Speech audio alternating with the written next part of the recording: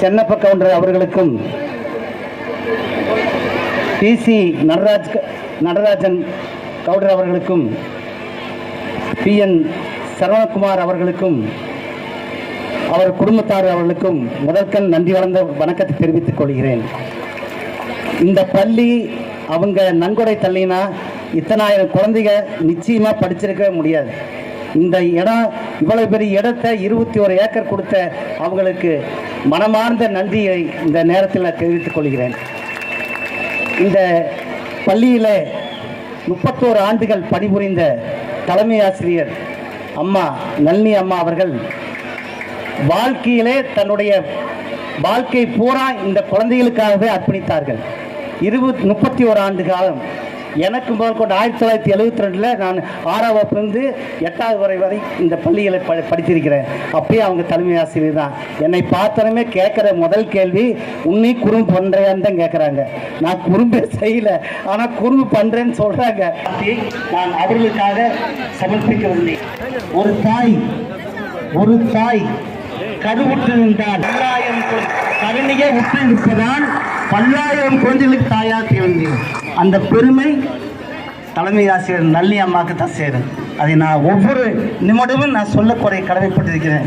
இன்னைக்கு எல்லாரும் இத்தனை பேர் படித்தது இங்கே வந்து எல்லாரும் தன்னுடைய உறவுகளை சொந்த பந்தங்களை விட்டு போட்டு கூட தன் உறவுக்காரரை நினச்சி குழந்தைகளை பார்க்கறதுக்கு தன்னுடைய படித்தவங்களை persons have only one computer. ஒருத்தருக்கு 70 கம்ப்யூட்டர். அமெரிக்காவில் இந்தியாவில் கம்ப்யூட்டர் இந்த அளவுக்கு முன்னாடியா இருக்குது.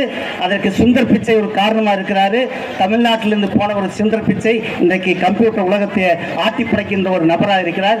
அது மாதிரி நம்ம குழந்தைகள் மேலும் கம்ப்யூட்டர்லாம் படித்து முன்னேறி இந்த தமிழ்நாட்டை அதே மாதிரி இன்னொன்று சொல்கிறேன், கடைசியாக ஒன்று சொல்கிறேன், ஒரு 5 நிமிஷம் தான் எனக்காக டைம். எப்பயுமே முயற்சி கைவிடாதீங்க, முயற்சி கைவிடவே வேண்டாம்.